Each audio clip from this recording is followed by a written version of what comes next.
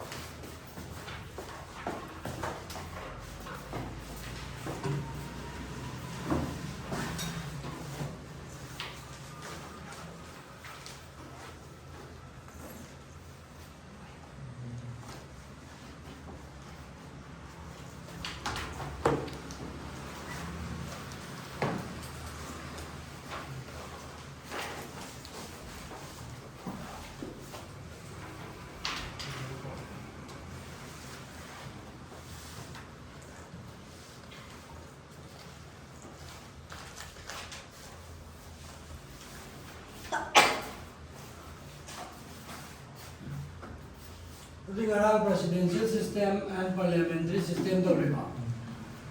이 강나라브라. 강나라. Federal and unitary ceremony. Federal government, parliamentary form of government.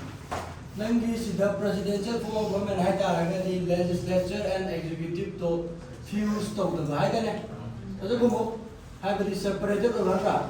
Separated order. Aduga parliamentary form of government hai taraga di legislature singdagi nangi executive si oya tuna ka magi common membership oya dane. Common membership ama lai ne ba. Hai bari nangi government to parliamentary form of government di nangi government to legislature dagi group ama tholani one support bangka government semani hai ba. Federal government hai taraga di nangi power से different levels of government hai badi different level na khai do pa union government hai am lai ba state government hai am lai ba level ani thona khai do na tra khai hai ba state sigi su union sigi su power sa constitution na phasana yen biram ra Constitution na fazana yelam gani ba hai the article 246 ta hairami level ani thonga power se yan thogadamni schedule 7 da nangi state list union list concurrent list na khai do bro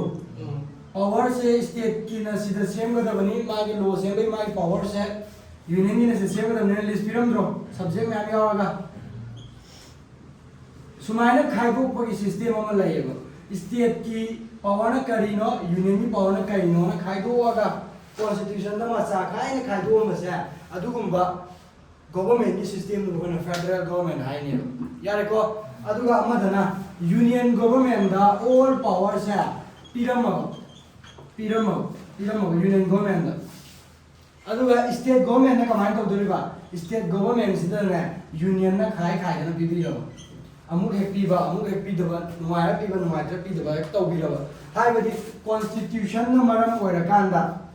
constitution na maram oira kanda constitution na maram oira kanda pi ban na tau union da power ba pira me union sin na muk union government sin na ningjing state sida pi bi daba hai badi state government di power se kada ye direct to ba kada direct to ba union government ने derive तो है बात आ रहा सिगी case से दी नंगी state government की power से कदा डिराइव तो हुई कॉन्स्टिट्यूशन ने डिराइव तो है अदार की कॉन्स्टिट्यूशन द पिरम बनी ना कंपलसरीली सुमसोय सोय ने स्टेट फंगनी को फंगनी बात आ रहा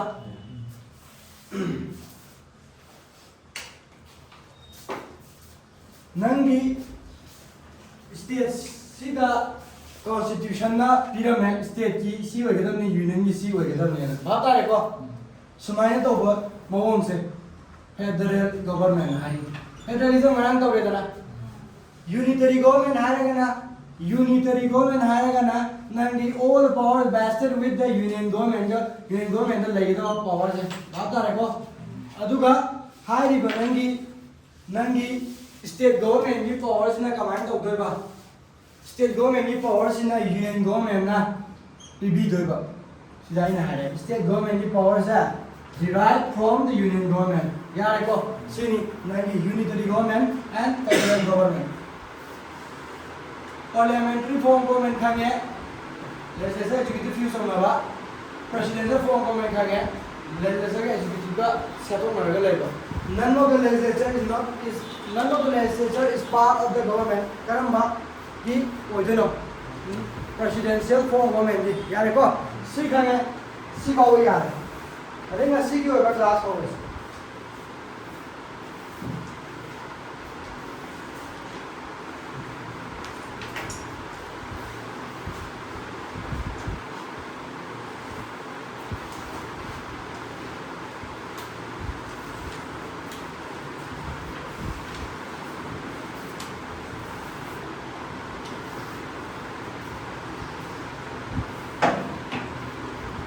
अरे इधर मनी को यार है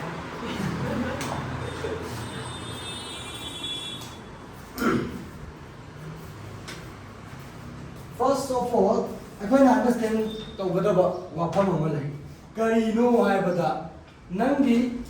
any decision अमल लोगो मतमना any decision अमल लोगो मतमना पार्लियामेंट ना करी दो लोगनी any decision लोगो मतमना करी दो लोग देनो बहुत तौर लोग नहीं आजम दिखाता है बहुत तौर लोग नहीं आता है बहुत तौर से करी थी रिनो को ना मेजॉरिटी की चॉइस तो नत्रा मयाम ना क्वाइट की है ना पामना बस चॉइस तो थी मेजॉरिटी से ने बने थी एनी डिसीजन लोग मतलब ना बहुत तो इसे कहीं नहीं बा we want majority every decision हम ले रहे मी अमन निकल क्या ना बना तो overall मी मेजॉरिटी खाना ना यार मेजॉरिटी सीधे सुने नंगी अखोई ना अंगाम में दिखाने लाख मेजॉरिटी से कहीं नहीं बा अखोई ना अंगाम में दिखाने लाख से मी yang कहीं ले बता तंखाई है ना याता है कि मगर मेजॉरिटी ने high grass this is also another form of majority but see ना तबा मेजॉरिटी में हम दरकार ले रखते हैं बनाएंगे अखोई की लाइक तम बस इधर अखोई कॉन्स्टिट्यूशन दा हाँ पकड़ ले हम दोने सी ना मेजॉरिटी मखल अमनी अतो पर मेजॉरिटी में हम मसु नंगी कॉन्स्टिट्यूशन सिदा इलेगा ले हम लेवा तंखाई मत फंगगा हेक्ता याव नते हाई ले करीबा 2/3 सिसु मेजॉरिटी मखल अमना हुए तो ये बात है क्या तंखाई देखी हेरा नहीं बस इधर मिसा अमल है मतलब दा क्या ला रहा है हमारी 70 का 60 का 6.6 मुक्ता है मनी को तो मी yang कहीं देखी है इतना सुमाय तो मेजॉरिटी मखल थोड़ा लाख तो रहेगा ये यहाँ से ऊपर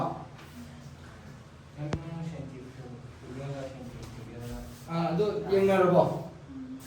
yang ngantri ko centrifugal तो ये yang ngantri ka main do main ka main ha dai di ye ho ma ka tro du de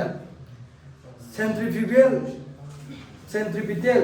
संगल लगा सेम्बा फेडरलिज्म मनुंग द संगल लगा सेम्बा फेडरलिज्म मपांदा चकाय तो फेडरलिज्म गाइने ये मुको यमला कनी सीधा का जोइन एक्सप्लेन होनो लाइते दुगुल लोरे को तो बिगे ngasi ko ina nangi parliament की क्लास से कोई फसना तो रखी नहीं parliament की क्लास तो उधरे में मांगो ना parliament से करी गई हो जाए तो ये से अब कोई ना parliament है मतलब दा लोकसभा हम दिले खमरा प्लस राज्यसभा हम दिले खमरा खंगो सीसीना अखोइना डायरेक्टली इलेक्ट तौगिबो मिली नंगी लोकसभा इलेक्शन गा नान तौगिद्रो अदुदा बिमोर बे कागिद्रो अदुगी इलेक्शन दो अदुदा कारक मी गेजा लोकसभा दा फमनिरो बात आ रेको लोकसभा दा फमनिरो आई तरागा दिसिदी पीपल ना केदोबा डायरेक्टली इलेक्ट तौब्रा डायरेक्टली इलेक्ट तौगनेबो अदुगा नंगी राज्यसभा सिदा कना कना फमदोबा सिदना ना नंगी इनिंग तौदो फममनेबो इनिंग तौगोजा राज्यसभा की एमपी नेबा मेंबर नेबा कमाइन तो फॉर्म दोबा मोदी का राइलेक्ट तो इन इनिंग तो की पोत थादो बा खंगब्रो खंगौब्रा खंगौदी खंगौदी में थादो चतप्रा चते करी मरम के कोइन थादो दिबा मोई की तोंगान बा इलेक्टोरल को हाबदी मोई की एमएलए मयाम सिंह थादा गने मोई मोई से खन गने एमएलए मयाम से कोइन थागले नत्रो अखोई रिप्रेजेंटेटिव ने हाबी यानिंग्रो एमएलए ने खलक पाय से अखोई चोइस ने हाबी यानिंग्रो यानिंगी अदना इनिंग थोगोइदी एमएलए सिंह ने खन गने बाव तारे को सिसना मोई गुंबा कांगू सिना राज्य सभा दा फम दोइले अदागदि आइना नंगी लोक सभा से करी कना रिप्रेजेंट दोइ डायरेक्टली अखोई रिप्रेजेंट दोब्रा अखोई तो इको हाबी पीपल से रिप्रेजेंट दोनी सिसना अखोई की स्टेट तो लैरिबा एमएलए मयाम दुना थागल को मिनत्रो अदागदि स्टेट तो की मपी मपा हाय तारे एमएलए सिंह दो अदु रिप्रेजेंट दोद्रो स्टेट हाय बिसम समना स्टेट तो रिप्रेजेंट तो रमने उसिना बाता नि तावे हाय जा सिना स्टेट तो रिप्रेजेंट तो रे असेंग में स्टेट रिप्रेजेंट तो वाज असेंग में रिप्रेजेंट तो कोई को पीपल दुनी कैसु खेना बनाते बानी से अदु मेनली अबना लाइक तो को मतम ना सिना स्टेट रिप्रेजेंट तो ही सिना पीपल दो रिप्रेजेंट तो ही हाय यारे को अदु तारगदि नंगी लोक सभा सिदा मणिपुर की सीट क्या लै लोक सभा मणिपुर की सीट अनि एमएलए की मणिपुर की सीट हुमफुनी को लोक सभा की वनदी मी अनि खखंद्रो इनर हारमा आउटर हारमा कलेफ्रा मसिक करी की बेसिस तो मी अनि खबो हेलिनो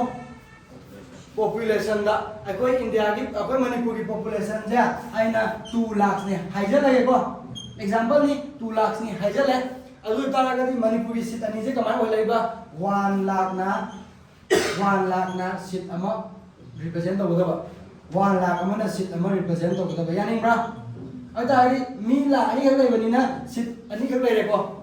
अदारी ने बिहार येंगे बिहार दा मी लाख 13 लेरे लाख 13 पॉपुलेशन लेरे बिहार की सीट क्या लेबनी सीट 13 लेबनी सब मानना जम्मू कश्मीर दा आइना मी लाख 15 नि थोय थमे लेरे पॉपुलेशन सीट क्या लेबनी सुमाइना सीट से एलोकेट तौगनेबा विथ रेस्पेक्ट टू पॉपुलेशन यारेको अदुबु कमाइना पॉपुलेशन करम 19 के आगे लोगी 71 लोब्रा दुदा लोब्रा दुना कोना येंगा सिको अदुबु सिदा सीट अनि लेनी है जे कोई खानी करी नमरम ओरगा पॉपुलेशन दो येंगा कांदा यारेको अदु इता आरगदी होजि लाख तो रिपोर्ट से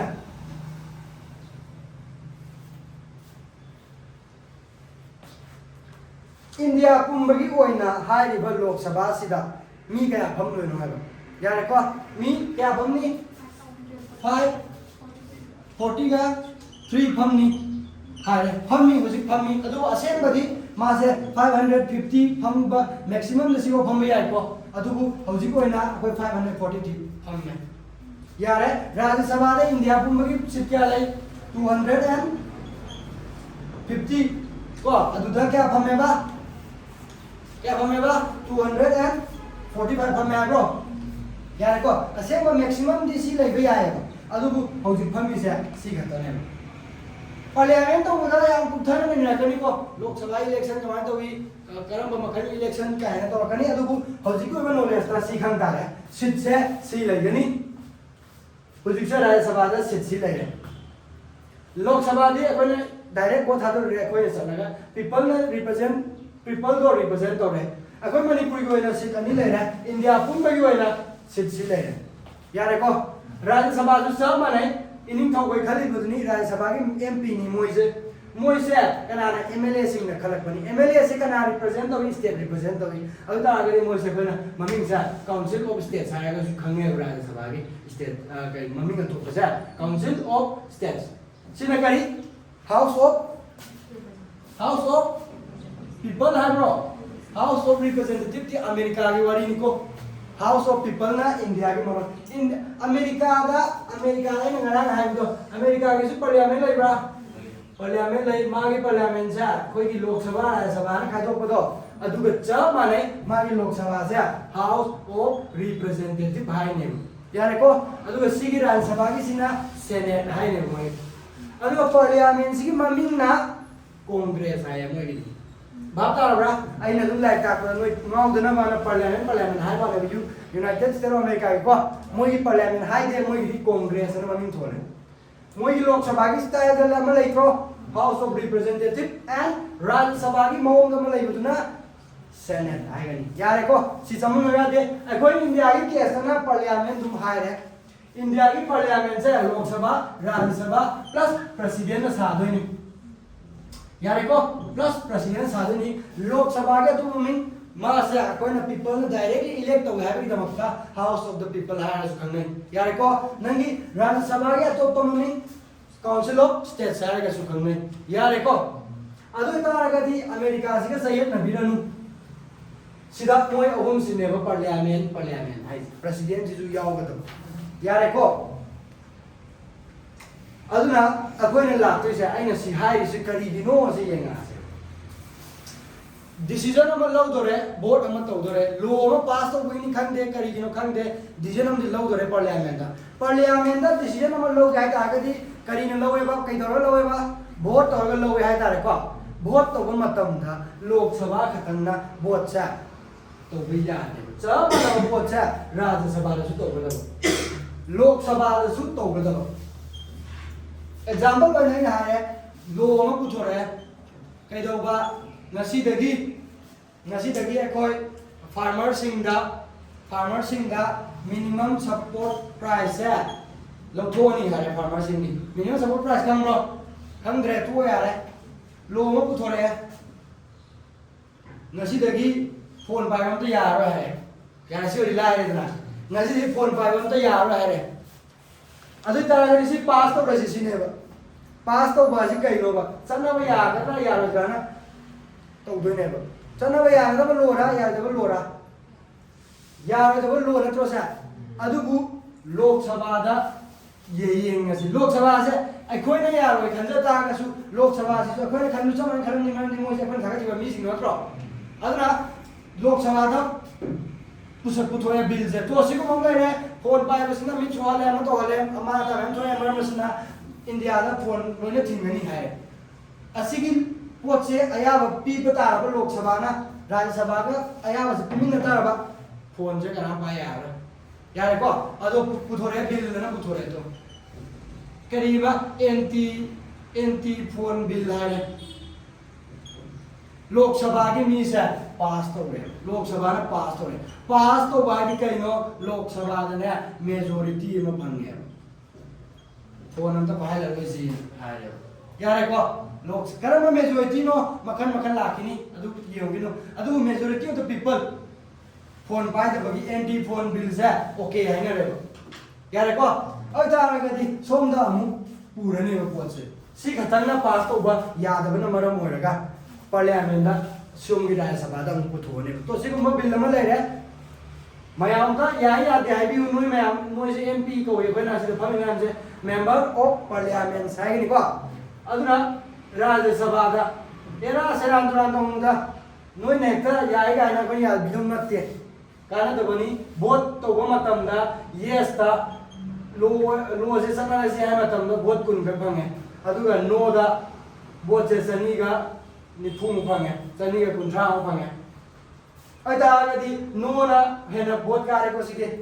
अदना सी बिल से लोक सभा ना पामदना पास तो बता रहे सु नंगी राज्य सभा दा पास तो ngam दगदी सनर रोय but this will be done यारे को मांग नि सी लो से चनब यारो जब बिल से पास तो सो ngam रो कदिगुम्बा राज्य सभा सु ओके हारबा यारे हारबा अदो तारगदी क नॉर्मली लोक सभा सु यारे राज्य सभा सु यारे अदो तारगदी लास्ट प्रेसिडेंट दा गी अयाबा अमत लोक से थानी बातारा याम सिंपल वे स्टेम निको हायेंग पार्लियामेंट ने क्लास में निम तो रखनी मजदूरी आप कुथन तो रखनी यार को अता अगर मसी हाय के बा राज्य सभा सु मेजॉरिटी फंगन ने नमे को अदु इता अगदी प्रेसिडेंट द लास्ट थाने बा प्रेसिडेंट की अयाब तो पीबीओ यार को प्रेसिडेंट सिना सिदना अयाबा पीबे याय तुमिन लेसन बे याय तासन थम सारगा वा तारे को अदगी यारो हे फोन जे नोइना ने पाई दब फोन पाई पुलप थिंग में होता नोमगी पुंग अहुम अहुम मरी मरी कक पाइबा याबगी ओइना लो सेमु गाइना प्रेसिडेंट ना खितंग सेमटोअगा सेमटोहनिंबगी मवंगा अमुक लंदरपसु याएबा अमतंगा खितंग नोय चेक तौरो सेमटोनरो फोन फुंगाय पाइदबसि यारोय अदुना नोय पुंग अनि अहुम पाइबा याबगी अयाबरा कइनो नोय थोपमा यानबा सिल्लो अना प्रेसिडेंट अमुक लंदरप याएबा को लास्ट अल्टीमेटली प्रेसिडेंट दी योरे प्रेसिडेंट ना पीबे याय माना तासना दबी लैगिबे याय बिटो पावर हाई तासना दबी लैगिबजे माइ टेबल दा दुम माइ पॉकेट नो नमजल लैगिबा पॉकेट बिटो गान ले मागी हन्नबो यंगीद्रबा को अदु सुमाइ तोबा माइ प्रेसिडेंट पावर खले रे अदु उसी लोय तोथो गांदा हुजिकी ओइना खंगदबदी लोक सभा खतंग पास तो ngam de राज्य सभा सु पास तो उदम नि यारे को डिसीजन अमलो मतमदा नंगी वोट तौरबे लौनी वोट तो बायसे कैम नते मेजॉरिटी थीबनी नत्रा यारे सी बेसिक नॉलेज से लई है कांदा नसी को बा टॉपिक से हौर से सिदा तो राइस है आई आज नि को न पतन तो रखिनी को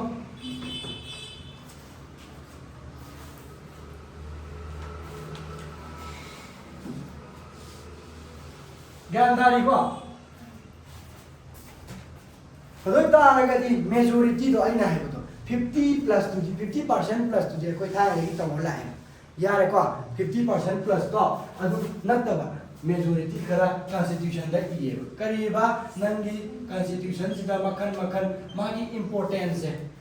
न कॉन्स्टिट्यूशन ने खंगिदना कॉन्स्टिट्यूशन से था ना 1949 50 स्वाइदा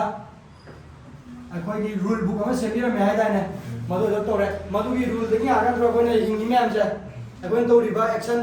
पावर ले रिबा राइट ले जादु देखिए आगे तो अदु मतम दु फोन है से लेब्रो इंटरनेट से लेब्रो बा मतम दु एआई का से लेब्रो अदारदि होजिकी मतम सिगा सानाना होजिकी मतम सिगा सानाना सिदु लेरनिबा रूल में हम तो सेम तो को मथौ ताद्रा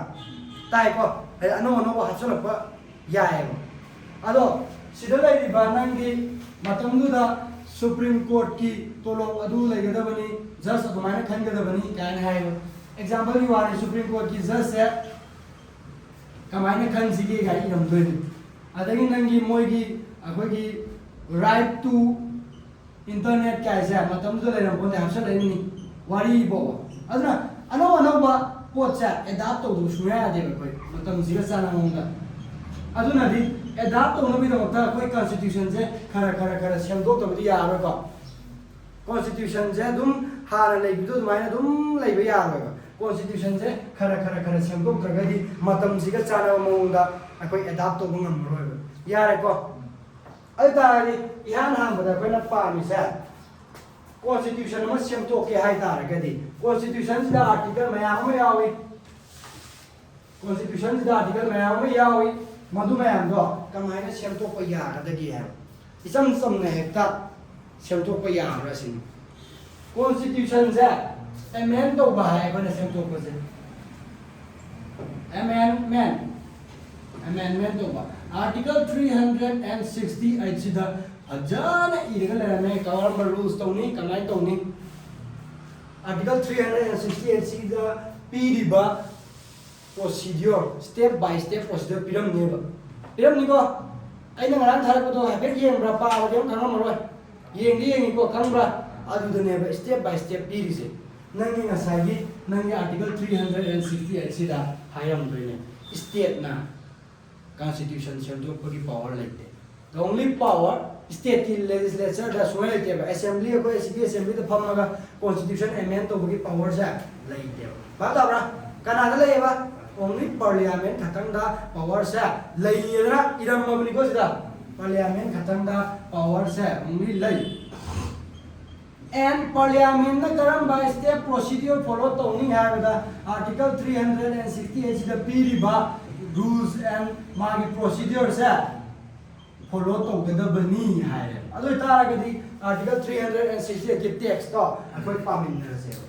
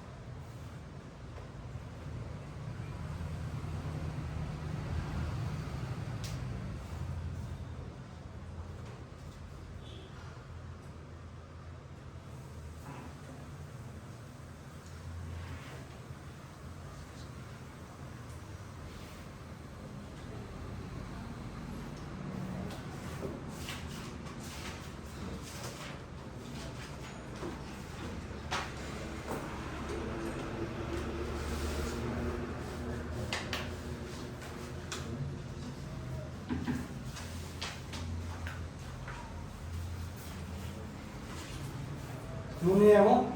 ꯑꯩ ꯑꯗꯣ ꯁꯤꯒꯤꯁꯦ ꯑꯩꯅ ꯍꯥꯏꯕꯗꯣ ꯁꯨꯃꯥꯏꯅ ꯇꯧꯔꯗꯤ ꯃꯇꯝ ꯌꯥꯝ ꯃꯥꯡꯉꯤ ꯁꯤꯒꯤꯁꯦ ꯑꯃꯃꯝ ꯂꯩꯔꯣ ꯅꯣꯏꯀꯣ ꯀꯝꯄꯜꯁꯔꯤ ꯂꯩꯔꯣ ꯉꯁꯤꯔ ꯂꯩꯔꯣ ꯑꯩꯗꯤ ꯁꯤꯗꯒꯤ ꯑꯗꯨꯝ ꯇꯥꯔꯛꯀꯅꯤꯀꯣ ꯂꯥꯏꯔꯤꯛꯇꯒꯤ ꯇꯥꯔꯛꯑꯣꯏ ꯁꯤꯗꯒꯤ ꯉꯥꯛꯇꯅꯤ ꯂꯥꯏꯔꯤꯛꯇ ꯏꯊꯣꯏꯁꯤꯀꯣ ꯑꯗꯨꯅ ꯑꯁꯦꯡꯕ ꯁꯣꯔꯁꯇꯒꯤ ꯇꯧꯖꯦꯕ ꯉꯥꯎꯗꯅꯕꯀꯣ ꯂꯥꯏꯔꯤꯛꯇꯨꯗꯤ ꯃꯤꯅ ꯏꯔꯛꯄꯅꯦꯕ ꯑꯗꯣ ꯑꯩꯈꯣꯏꯒꯤꯁꯦ ꯇꯧꯖꯦꯕ ꯑꯦꯃꯦꯟꯃꯦꯟ ꯍꯥꯏꯕꯗꯤꯅꯦ ꯑꯦꯃꯦꯟꯃꯦꯟ ꯍꯥꯏꯕꯗꯤ ꯅꯪꯒꯤ ꯍꯥꯟꯅ ꯂꯩꯔꯝꯃꯤꯕ ꯀꯣꯟꯁꯇꯤꯇ꯭ꯌꯨꯁꯟꯁꯦ ꯍꯥꯟꯅ ꯂꯩꯔꯝꯃꯤꯕ ꯀꯣꯟꯁꯇꯤꯇ꯭ꯌꯨꯁꯟ ꯑꯃ ꯂꯩꯔꯝꯗ꯭ꯔꯥ ꯁꯤ ꯐꯤꯛꯁ ꯑꯣꯏꯔꯒ ꯂꯩꯕ꯭ꯔꯥ ꯁꯤꯅꯤ ꯀꯣꯟꯁꯇꯤꯇ꯭ꯌꯨꯁꯟꯁꯦ ꯐꯤꯛꯁ ꯑꯣꯏꯔꯒ ꯂꯩꯇꯥꯔꯒꯗꯤ ꯐꯤꯛꯁ ꯑꯣꯏꯔ ꯂꯩꯇꯥꯔꯒꯗꯤ ꯃꯇꯝꯗꯨꯗ ꯂꯩꯔꯤꯕ ꯑꯔꯤꯕ ꯑꯩꯈꯣꯏꯒ ꯄꯣꯛꯇ꯭ꯔꯤꯉꯩ ꯑꯩꯈꯣꯏ ꯕꯕꯥꯍꯣꯏ ꯄꯣꯛꯇ꯭ꯔꯤꯉꯩꯗ ꯂꯩꯔꯤꯕ ꯏ ꯄꯥꯎ ꯅꯠꯇ꯭ꯔꯣ ꯁꯤꯗ ꯏꯔꯤꯁꯦ ꯃꯗꯣ ꯍꯧꯖꯤꯛꯀꯤ ꯃꯇꯝꯁꯤꯒ ꯆꯥꯟꯅꯗꯕꯁꯨ ꯃꯌꯥꯝ ꯌꯥꯎꯔꯛꯑꯅꯤ ꯅꯠꯇ꯭ꯔꯥ ꯆꯥꯟꯅꯗꯕꯗꯣ ꯈꯔ ꯈꯔ ꯁꯦꯝꯗꯣꯛꯇ ꯌꯥꯔꯣꯏꯕ ꯗꯔꯀꯥꯔ ꯂꯩꯇꯕ ꯂꯧꯊꯣꯛꯈꯤꯕ ꯑꯅꯧꯕ ꯍꯥꯞꯆꯤꯜꯂꯛꯄꯅꯤ ꯈꯪꯗꯦ ꯀꯣꯟꯁꯇꯤꯇ꯭ꯌꯨꯁꯟꯁꯤꯗ ꯑꯗꯒꯤ ꯍꯥꯟꯅ ꯂꯩꯔꯝꯕꯗ ꯈꯤꯇꯪ ꯁꯦꯝꯗꯣꯛꯄꯅꯤ ꯈꯪꯗे ꯇꯧꯒꯅꯦꯕ ꯑꯗꯨ ꯇꯧꯕꯒꯤ ꯁ꯭ꯇꯦꯞꯇꯣ ꯇꯧꯕꯒꯤ ꯄ꯭ꯔꯣꯁꯦꯁꯇꯣ ꯇꯧꯕꯒꯤ ꯊꯧꯑꯣꯡꯗꯨꯅꯦꯕ ꯑꯦꯃꯦꯟꯃꯦꯟ ꯍꯥꯏꯁꯦ ꯀꯣꯟꯁꯇꯤꯇ꯭ꯌꯨꯁꯟꯁꯦ ꯁꯦꯝꯗꯣꯛꯄ ꯁꯥꯗꯣꯛꯄ ꯌꯥꯔꯦꯀꯣ ꯀꯣꯟꯁꯇꯤꯇ꯭ꯌꯨꯁꯟꯁꯦ ꯁꯦꯝꯗꯣꯛꯄ ꯍꯥꯏꯁꯦ ꯂꯣꯏꯔꯦ ꯁꯦꯝꯗꯣꯛꯄꯗ ꯀꯃꯥꯏꯅ ꯁꯦꯝꯗꯣꯛꯄ ꯌꯥꯏ ꯑꯦꯗ ꯇꯧꯁꯟꯕ ꯌꯥꯏ ꯀꯟꯁꯇꯤꯇ꯭ꯌꯨꯁꯟ ꯍꯥꯟꯅ ꯂꯩꯖꯔꯝꯕꯁꯤꯗ ꯍꯟꯗꯛꯇꯤ ꯑꯅꯧꯕ ꯑꯃ ꯍꯥꯞꯆꯤꯜꯂꯁꯤ ꯀꯣꯟꯁꯇꯤꯇ꯭ꯌꯨꯁꯟꯁꯤꯗ ꯑꯥꯔꯇꯤꯀꯜ ꯑꯅꯧꯕ ꯑꯃ ꯍꯥꯞꯆꯤꯜꯂꯁꯤ ꯍꯥꯏꯔꯀꯥꯟꯗ ꯍꯥꯞꯆꯟꯈꯤꯕ ꯑꯦꯗ ꯇꯧꯕ ꯌꯥꯏ ꯅꯠꯇ꯭ꯔꯒ ꯀꯩꯗꯧꯕ ꯌꯥꯏ ꯂꯧꯊꯣꯛꯈꯤꯕ ꯌꯥꯏ ꯔꯤꯄꯤꯜ ꯇꯧꯈꯤꯕ ꯌꯥꯏ ꯔꯤꯃꯨꯚ ꯇꯧꯈꯤꯕ ꯌꯥꯏ ꯚꯥꯞ ꯇꯥꯔꯦꯀꯣ ꯅꯦꯛꯁꯇ ꯀꯩꯗꯧꯕ ꯌꯥꯏ ꯁꯦꯝꯗꯣꯛꯄ ꯌꯥꯏ ꯁꯦꯝꯗꯣꯛꯄꯁꯤꯡꯁꯤ ꯍꯥꯏꯒꯦ ꯁꯤꯗ ꯑꯩꯅ ꯍꯥꯏꯗ꯭ꯔꯒꯁꯨ ꯁꯤꯗ ꯌꯥꯎꯔꯝꯃꯅꯤ ꯀꯩ ꯍꯥꯏꯕ ꯀꯩ ꯆꯠꯈ꯭ꯔꯦ ꯀꯩ ꯆꯠꯈ꯭ꯔꯒꯦ ꯁꯤꯗꯒꯤ ꯍꯧꯔꯛꯑꯣꯅꯦ ꯃꯈꯥꯗ ꯌꯥꯎꯔꯝꯃꯅꯤ ꯚꯦꯔꯤꯌꯦꯁꯟ ꯍꯥꯏꯁꯦ ꯀꯣ ꯅꯪꯒꯤ ꯉꯁꯥꯏꯒꯤ ꯑꯦꯗ ꯇꯧꯁꯟꯕ ꯌꯥꯏ ꯔꯤꯄꯤल तौब याय अदगी नंगी चेंज तौबा खितंग सेमदोकपा को मॉडिफाई तौब याय अदा अदगा 360 एजिना का याय मतमदा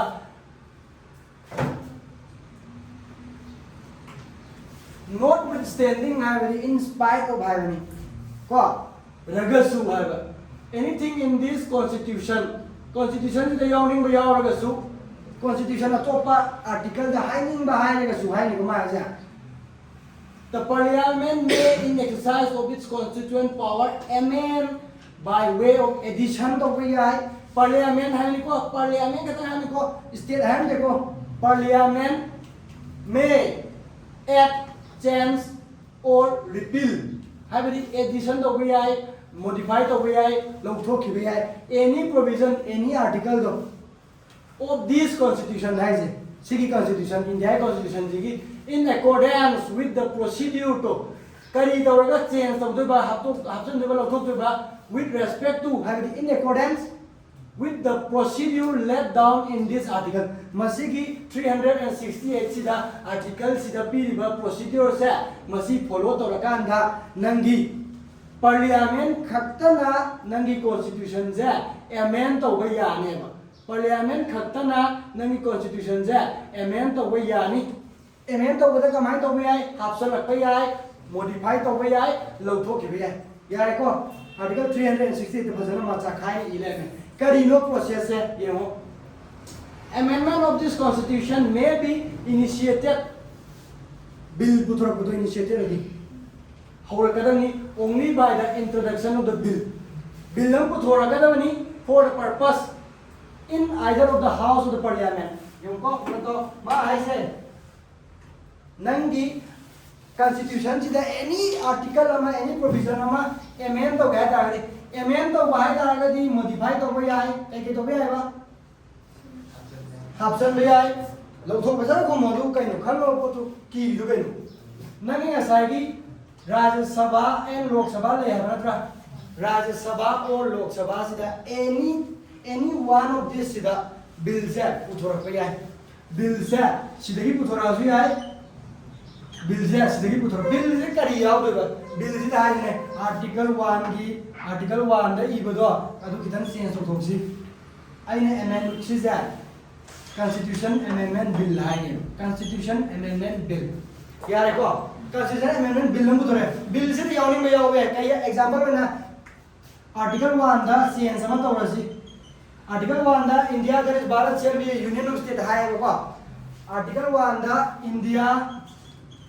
that is bharat shall be a union of state hai hana leirame ba adu do sigi union se federation na hai ra se ga na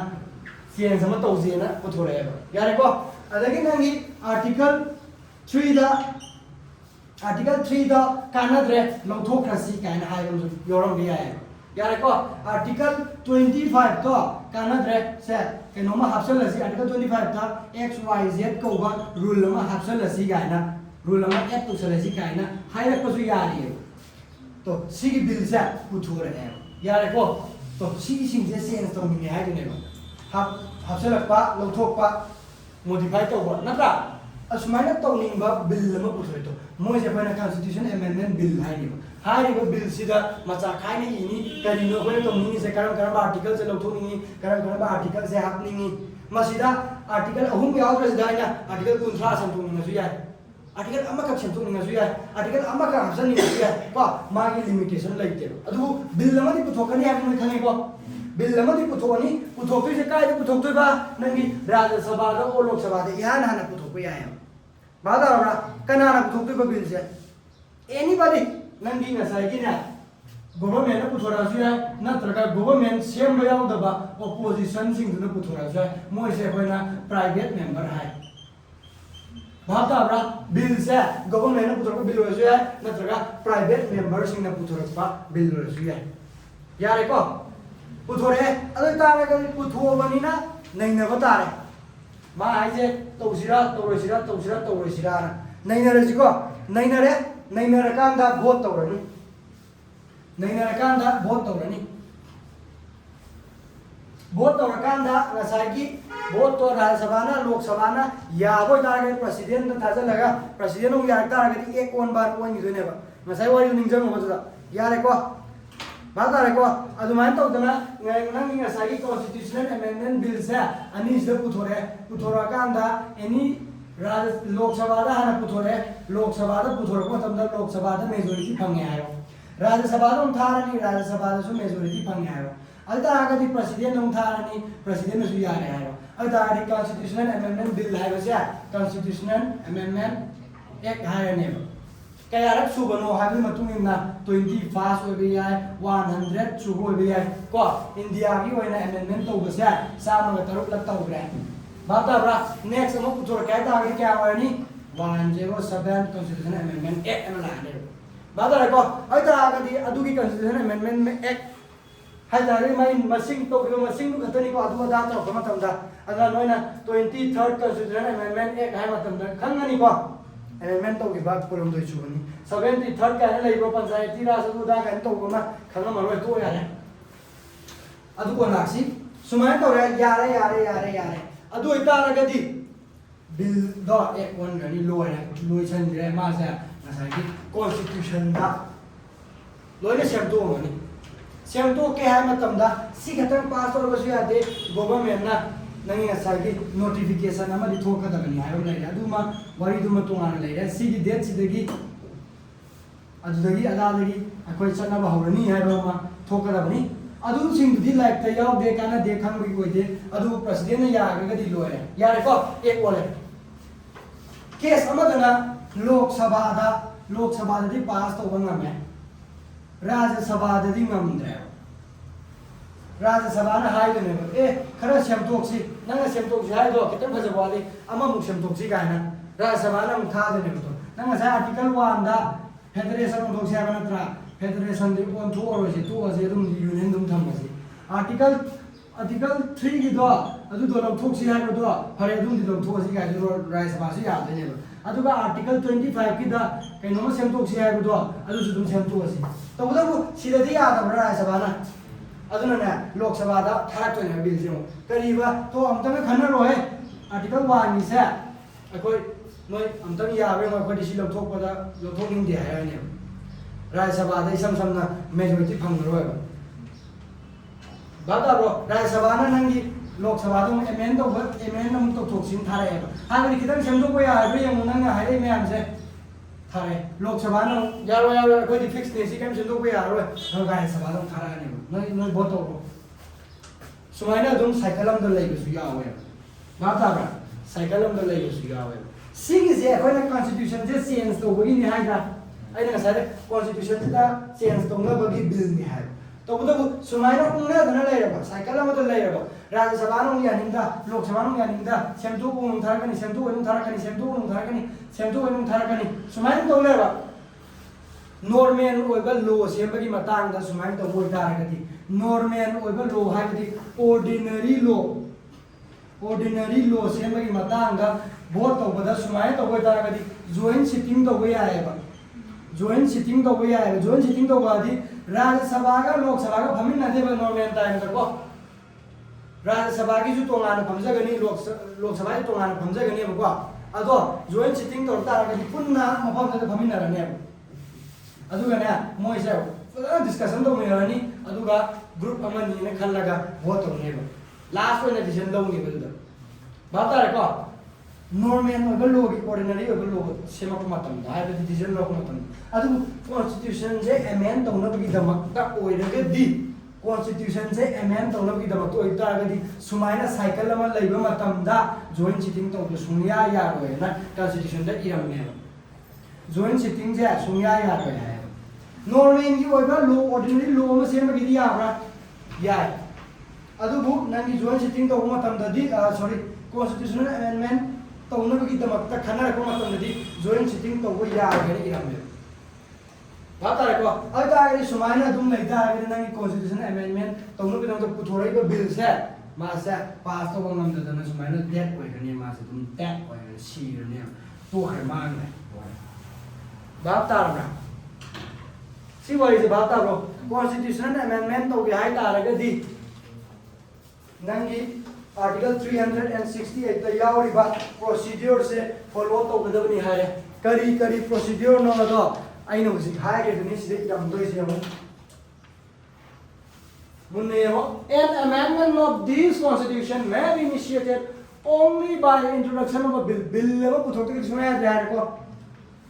for the purpose in either of the house of the parliament rajya sabha da horakera lok sabha da horakera daga hoye na tra bill level di puthokta hai and when the bill is passed over in its house to bill za house animal to the passed over by a majority karam majority total membership of the yar majority makal se takri majority amadi phangane ko majority amadi phangaga ma se pass matam da house animal to pass over damne hai se sida tu mai jare to bill is passed in its house haidra in anyone hai dekho aduna magi constitution da piriba text ko imak mai magi oiba minimum leiko in its house hare by majority amana majority ka makhai no kham de ko pass to bang ambata ba it shall be presented to the president who shall give his assent to the bill it shall be presented president da piriba and who shall give his assent मागी president की अयाब दो सिदे आइने गसाय president ना मखल अहुम मरी की थबक तोबे हारे अमना okay hi बमा president पिरे पता बादा बा अमना मागी टेबल दा दुम थम्मा बता सन दबिदा यस और नो जो हाय दबा अमना के दोबा मानो थादरक बा खना गो या वेना थारक सी अनि से अब तोबे या रबा तो सिदा बजा या में who shall give his assent मागी अयाब दो पीगदबनी हाय who shall give his assent article 368 the president ji only mamingi hamu khatare ba compulsory ma pi to sungya ya de yare ko who shall give his assent to the bill sida aya bigadoni and thereupon the constitution shall stand amended president aya da hek pi badagi nangi constitution sa amend tawre na lepani yare ko in accordance with the terms of the bill nangi bill to the yauri basing do amend tawre na lepani yare ko constitution da change ma la ne gyan tar ro hai wai se yare ko sida khang da ka yauri ge anta hai ro khang da ma ta mo phat ma to an da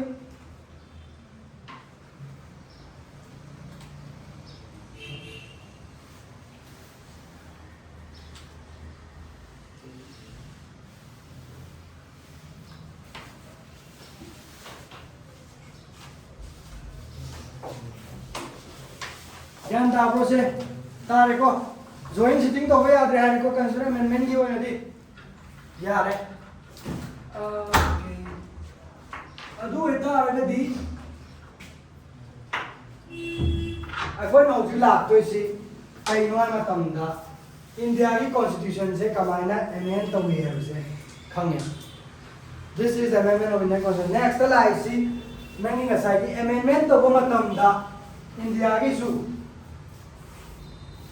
ngасai की नंगी article 362 sorry 368 clause 8 ta karigumba amasu explain tawrami constitution je amend to ga ta di nangi limit akhoi ki ha ta sannabi kharadi ilu sannabi ingre je uski to malai le aduga nangi ngasai ki akhoi ki india si main akhona india si federal way ha da ne federal pura ho jaga su kharadi ho bana tro federal ko banina nangi ngasagi state की power कर लाई नंगी union की power constitution da pyramid tra state की power ना कहीं union की power ना कहीं डिवाइड तो मना तो तौरमी नंगी constitution जे अदो इता गदि हुजे ना है तो पार्लियामेंट खतना सेमदो प याय है कि पार्लियामेंट है यूनियन गवर्नमेंट यूनियन की होइबा कहीं ना पार्लियामेंट ना खतना सेमदो प याय है स्टेट की होइबा असेंबली दी याद है ना अदो इतारगदी पार्लियामेंट ना तौरैसी तौरतोइसी येमोबा पार्लियामेंट ना तौरतोइसी येमोबा नंगी स्टेट की पावर सिंगजे लोइना सेमतोगे हायरक तारगदी खलो स्टेट की पावर सिंगजे लोइ सेमतोगे पावर अन द पीर हो हाय तार मोना दिन नंगरा सेमतोपा नमनी को मोई की खुद लै आर्टिकल कॉन्स्टिट्यूशन सेमतोपा हायबसे सिगुम्बा नंगी फेडरल ओइबा नेचर सिदा इंडिया की फेडरल ओइबा नेचर सिदा कॉन्स्टिट्यूशनल अमेंडमेंट अमा तौगे हायबा तारगदी इंडिया की फेडरल ओइबा नेचर सिदा कॉन्स्टिट्यूशनल अमेंडमेंट अमा तौगे हाय तारगदी स्टेट तगी अयाबा हाना लौदबा यारोयना कॉन्स्टिट्यूशन दा हायरमने स्टेट तगी अयाबा नंग अखोइना नंगी पावर लौथोनी हायसे नंग यानिंगबा यानिंगदब्रा हायना अयाबा अमा हाना लौरमु हाय बाता ब्रो नत्रगदी पार्लियामेंट पंगो लौथोके नत्रो पावर से मोई एक्सेसिव पावर मी खुदिमा पावर हेना पाय पामी नत्रा पार्लियामेंट सु मोइना पावर लोय पाइनिंग हमदोइनी अदुना स्टेट सिंगी पावर से माना मांगलगे खलक मतमदा कॉन्स्टिट्यूशन दा इरगा लेबनी यारोय नत्रा कॉन्स्टिट्यूशन दो हाना सेंस थोम चंग्रा कॉन्स्टिट्यूशन दा स्टेट की पावर से मांगलगे स्टेट की पावर से हंथालगे ना अदुबा फेडरल की ओबन नेचर दो सेमतो के हाय तारगदी कॉन्स्टिट्यूशन दा पार्लियामेंट ना करी याबम लोग संगी स्टेट सिंगी रेटिफिकेशन नम चंगेब स्टेट सिंगी रेटिफिकेशन नम चंगेब एग्जांपल होइना आइना हायबदो शेड्यूल 7 दा स्टेट की पावर में भी यूनियन की पावर में भी नब्रा अदो नंगी असागी स्टेट की पावर सुमाय सुमाय लेरमबसे सीमा दि लौथोगे दु सिदा हसलगे ना हायरक बतागदी स्टेट नो यारब्रा ना हंगम संगे बात आरब्रा स्टेट नहीं आया जैसे कमा हायरक तो नो स्टेट की लेनी एमएलए सिंह दो स्टेट की लेनी एमएलए सिंह तो वोट तो दोनी वोट तो रकांदा याई और यानिंदे दो मेजॉरिटी तो हायरक तो यारे को अदुना सी तंगी वानते सब्जेक्ट ऑफ थोरो सिनी वानते नंगी प्रेसिडेंट इलेक्ट तो बजा एमपी मयाम नंगी स्टेट की एमएलए मयाम मना कनो तो दोइनेबा इलेक्ट तो दोइनेबा प्रेसिडेंट जे अदो प्रेसिडेंट से स्टेट की मी दरकार है इसी से इलेक्शन में मतम स्टेट की मी सिंजम तो योल रोइसी हायरक को तारगसु फेडरल की नेचर दो काय नत्रो चुम्रो स्टेट की पावर हंधाली नत्रो प्रेसिडेंट खन मतम दा हानदी स्टेट की एमएलए मैम दरकार है रमी अदुबो होजिक्ती नंगी पार्लियामेंट ना बिल नंबु तोरे कॉन्स्टिट्यूशन जे सेमतोसी करी माइ सेमतोइबा प्रेसिडेंट खन मतम दा एमएलए सिंगी पावर से लोय लौथोसी वोट थदा लोयसी हाइबसे फेडरल की नेचर से कायरक तोइनेरो अदु तारगदी स्टेट सिंगने यानिंगब्रा हाइबसे तंग हंगमो हाइजनेबो स्टेट सिंगने यानिंगब्रा यानिंगे ना हाइरानी बातारे को स्टेट सिंगने यादगदी तौनु सिनेबो कॉन्स्टिट्यूशन ना हाइसे पावर लौथो नंगी पावर लौथो कर गया स्टेट ने यारगदी याजरे नत्रो अदुनी नंगी आर्टिकल 368 की clause to direct proviso ko isina provided guidelines da akoina moisi proviso ga hane to bu kai te mai khang do sai proviso de kai mosi to provided that if such amendment seeks to sense any in article 54 55 73 162 to 41 as a khang de ko em khang de sia is ko mai sa ai no ji ki hai ba state ka relate lai ba thabak thawon sing da state ki power do han tha han mani khang de state ki power do sem to ko ni khang de tawram doi ne ba article 54 ji ju adu gumba federal nature lai ba article am oyam doi ne ba ta bra adu mo am si ho ji ta ko da kana ba kai mo oi de ba federal ki nature do kai ba oi ta ra ga di state sing de aya ba lobi u hai ne ya ri ko si ki sa अखोना मथा मथा तो रखा chapter 4 में कई chapter से कई no खंग देखो जी constitution में चुमी को शेड्यूल से कई नो खंग रे अदुना मयाम खंग दबनिना अखोय येंग रोय सक सी से सम सम में हौजी को ना नंगी फेडरल ओय बन नेचर दो अदुदा डिपेंड तो आर्टिकल ना कने सम सम से दब यो जो सी खामनी शेड्यूल 7 हाइगा शेड्यूल 7 से बगी लिस्ट तो ना प्रो अदुदा चेंज सम तो दरबा अदु तारगदी नंगी सी आर्टिकल 246 की मरी लेना बलद्रो अदुदा चेंज सम तो हाई तारगदी नंगी स्टेट के बलो हाई ने अदुगा नंगी आर्टिकल 246 का ले स्टेट की लिस्ट याव सब्जेक्ट ता स्टेट की लिस्ट का याव सब्जेक्ट ता नंगी यूनियन गवर्नमेंट ना सेम्बा याय हाइबा 46 नते 49 होदो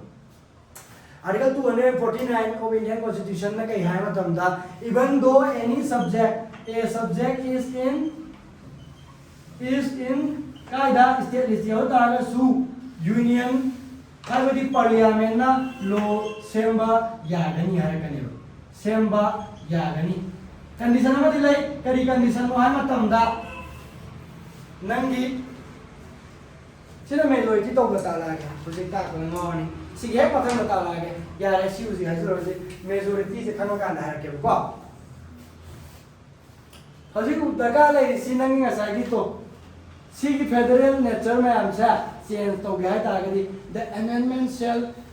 also required to be ratified by the legislature of not less than one half of the state by the resolution to that effect passed by those legislature before the bill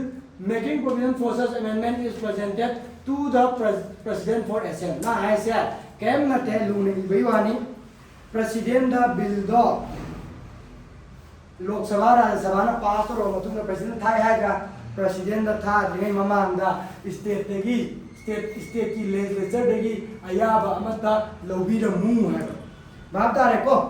normal state ki power soi da boy ta ga di federal nature do soi da boy ta ga di president tha ga ni ko federal nature do so ka boy ta ga di president da gi ayaba lo dringai mamoi na you have to send the bill to the state for their ratification whether they like it or not ko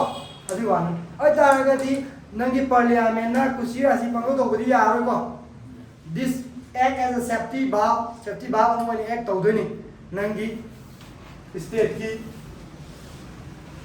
ai ta ra state ki power han ba chen to to ma tam यार को सिना federal की ओइबन nature दो काय दनबा constitution दा इरगा हपम बा खुलाई अमा खनी federal की ओइबन नेचर दो यार तो अतई सिदी होजिको ना काना बोय दे को कॉन्स्टिट्यूशन का मायने एमेंड तो हुई है बसे लोरे खंग ना बनी सिदे एन बा खंगง่ายके सुवे का मायने एमेंड तो हुई पार्लियामेंट दा होगदो बनी करम हाउस दा होगनी एनी हाउस दा होगदो बनी इनिशिएट तो बिल न तो पाउ को नत्रा बिल पुतो को गवर्नमेंट पुतो जु है प्राइवेट मेंबर सिंग न पुतो जु है गवर्नमेंट न तब सिंग न सु स्टेट न याब्रा यादे कई स्टेप फॉलो तौनी आर्टिकल 368 द पीरिबा स्टेप से फॉलो तौनी आर्टिकल 368 द कई पीरिबा लोकसभा राज्यसभा ना पास तो बनी फेडरल की पॉलिटी फेडरल की नंगी नेचर तो काय दबो तागदी प्रेसिडेंट था रिंgai दा स्टेट तगी रेटिफिकेशन आयाबा रेटिफिकेशन रे अप्रूवल दो लगदा बनी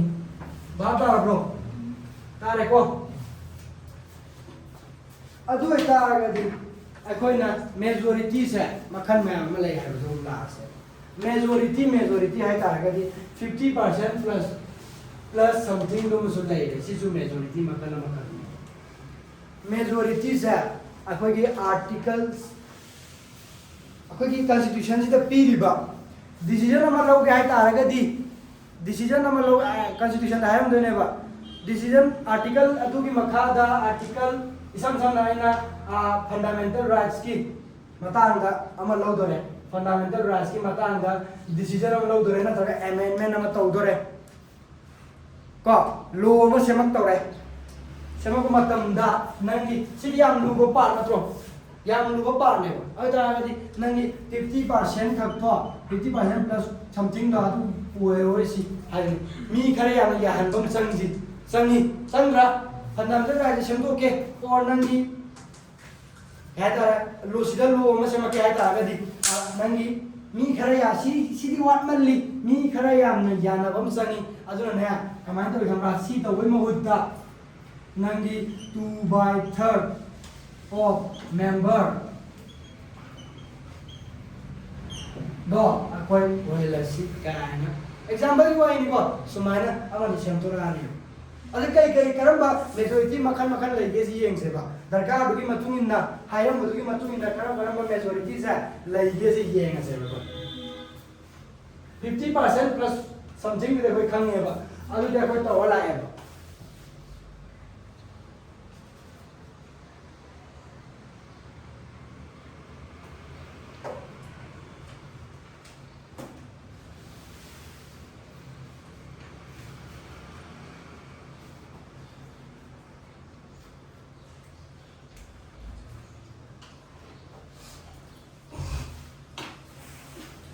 नंगी लोकसभा राज्यसभा पार्लियामेंट सिदा मी खर दिफम है 543 फम है सीट से 543 ले है बनी सम नत्रा सिदा वैकेंसी ले बुजु खरे गाम आता सिगी नंबर से कोइना नुआइते लवरवे आइना 600 लवरगे अंक खरा जावतरी नुआइना सीट से 600 लैबसिदा यारेको 600 लैबसिदा वैकेंसी लैब खरा यामनि करी मरली हांगदोबा रिजाइन दोबो यामोजो सीगिबा खोखिबा डेट ओइबा यामनिको अदुना वैकेंसी खरदि लैदोरिबो डेट तोगिबे या रिजाइन तोगिबे या वैकेंसी खरदि वैकेंसी से आइना बिहिना दिनो तौरगे तौदोने मागी सीट तो फिल तौगदबनि अदुबु सिगरगदि हुजिकि ओइना हुजिक सिगरे खलो हुजिकि हाना लेगना अदुबि मतांग दे सिगरगदि मेंजन याबो को मागी तरुकी तुमी जन्म खचम लैरे अदुना नंगी ngसागी 600 टोटल लैजबसिदा टोटल मेंबर 600 लैजबसिदा वैकेंसी भी यायम लैरे this is called अखोइना effective members आइनी हजी effective ओइबा member or then member को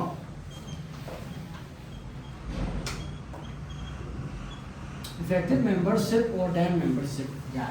बात तारको सिगुम्बा कंडीशन अमा सु लैये आई तारगदि नंगे 600 सिदगी खरा अमा सु वैकेंट ओइरगा लैरे यारेको खरा अमदी वोट तौसी और डिसीजन अमा लौसी और पार्लियामेंट फमजे हैबा नुमित सिदा खरा अमदी एब्सेंट ओइबसु यावे एब्सेंट से आइना ए मसाना सिदा एब्सेंट ओइबसु तुम यावनेबा बाप तारको एब्सेंट ओइबसु तुम यावनेबा नंगी पार्लियामेंट सिदा अदगी खरा अमदी का जर्मनी गमरा वोट अमा तौसी हैबा आइदि नाकन अनिमक लोयानिनी नत्रगा नाकन अनिमक लोयानिंगे अदना आइदि वोट थादजररोय हाइबा कांगु जुथोले मोइसना एब्स्ट्रेंट दो हाइबन वोट थादजरबा कांगु लाक्ति लाक्पा वोटति थादजरबा अदुवाइ सिना आइना ए जाउना सिले यारेको अदागदि इफेक्टिव मेंबर हाइम लैरा इफेक्टिव मेंबर हाइम लैरा दगी नंगी ngसागी 600 माइनस वीजा मासन एजाम सिगी पुलअप सिना नंगी सिदा बोट थादा दोरिबा मी मसिंग से सिसिंग लोय खाइदोखनी को दुदे सिसिंग लोय खाइदोखनी आइना लाक्रिसिना वेकेंट ओरिसिना 50 नि हाइजल एग्जांपल की अदुगा एब्सेंट ओरिसिना 30 नि हाइजल एग्जांपल की अदुगा बोट थादा दब कांगो सिना साम नि हाइजल यारे को अतै ले मौरी दि बोट थादा नि को दि डिसीजन लो जाय मतंदा अदु ता दि हाइ से क्या ले मौरे 420 दा 420 से अकोइना मोइसा प्रेजेंट एंड वोटिंग मेंबर आइने प्रेजेंट एंड वोट तौबा मेंबर आइने यारे को बाप तारे को आइता गदि सी की नॉलेज सिम लई बतारे वैकेंसी लई ग्रे काय को गिव इफेक्टिव मेंबर अदुगा नंगी साइगी वैकेंसी सु पुल अप यावरबा एब्सेंट में सु येंगबा अदुगा बोट थादा सु येंगबा लोय काय दोबा अदुगा बोट थादा मी सिंग दो प्रेजेंट सु ओइबनी मोय लाख सु लाखबनी बोट सु थादा बनी we call it as present and voting यारे को आइदा गदि मेजॉरिटी मखल खर लाए टाइप्स ऑफ मेजॉरिटी द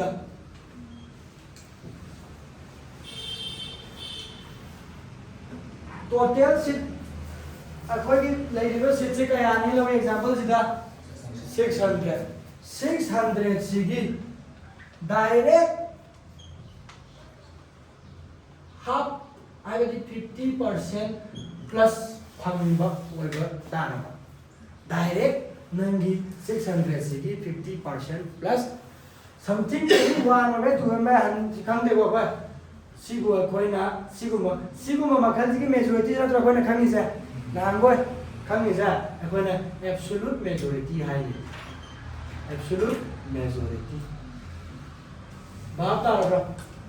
आइरगा सु खनै करीना टोटल मेजॉरिटी आइरगा सु खनै यानिंब्रा सिम लई रे तो कै मतै लाखो लाख तो खोट प कै येंगबा वोट तो मतमदा सिगी मेजॉरिटी से सरकार ने लाखो लाख तो कोई कै खन देने कॉन्स्टिट्यूशन दे इरम आर्टिकल अमा खकी नंगी सिगी आर्टिकल सिदा लो में सेम गे आय तारगदी और डिसीजन में लोग आय तारगदी you need this type of majority लाखो लाख तो कै येंगबे एड्रेस होती को सुमाइना सरकार ले ने This is our absolute majority. Aduga ne nangi present and voting sigi majority wa sarkar le lakh ka vote hada loi khai to ga present and voting si khatang gi lai ba mi masing si dai ko di Sigi majority kapang bhai badi nangi present and voting gi majority 50% plus 6 pang bhai badi sigi case da 420 gi 50% si khatang darkar lai hai raba bada bro adu ita agadi we call it as simple majority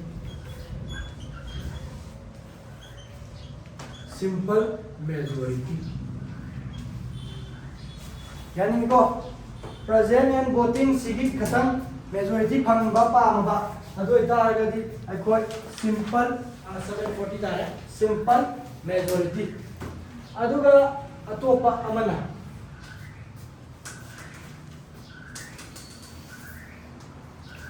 nangi nasaigi total member sigi Masa 50% plus to no supam 50% plus to no supam ko adugana 2/3 of the member present and voting supam haiba khara su thore to hai akoi gi article se pirani ba article sida nang कहीं same गे decision में लौगे सिगी Matang the मरी ले लौगे हाय तारगदी नंग सी अनि सी खतन नतम तो सिगी total member दुगी 50% अमसु लेजरा अदु मसु ओइगदबा simultaneously फंगदबा Amna 2/3 of the member present and voting नंगी 420 सिगी 2/3 अमसु दरकार ले total for example lakh to mi di ka ju vote thadar ro ya tra vote asema thadar di 420 ji ne na tra 420 sigi manung da vote thadar ko matam da total member ki da 300 plus ho ga da basin ne sam sam na hai 300 plus su phang ga da ba ada sigi 2 by 30 क्या था 2 by 3 into 420 3 1 जा 3 3 4 जा 2 या ऐता आएगा दी 280 उसी तो बना तो किया तो करा लो पास ना का खबर pra lu adu fai ne ba ye ba nga min ma ti ko asi pa SSC ko ma di pa khan ne ai jo ai ai noi khan na ba na ba ti ba ni sia ai ne ko hot ngai ma ai de sana tra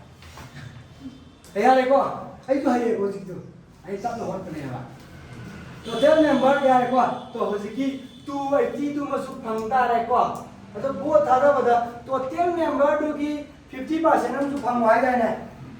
माँ 230 फंग रहे सी 230 का तंग फंग या आगे तो या रोए बा ऐता आगे माँ सी की सी जो फंग तो भाई सुने रोए बहुत तो मतलब ना ऐता आगे 300 प्लस हम जो फंग का है बात आ रहा ऐता सी की टाइप सी थी खरा लूधरा फंग वाग रसी थी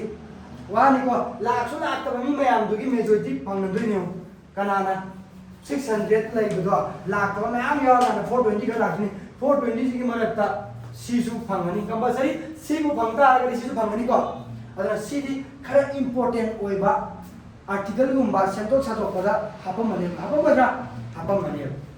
बादा वसिबु मेजोरिटी मकला वसु लै यारे को सिना बने स्पेशल मेजोरिटी का है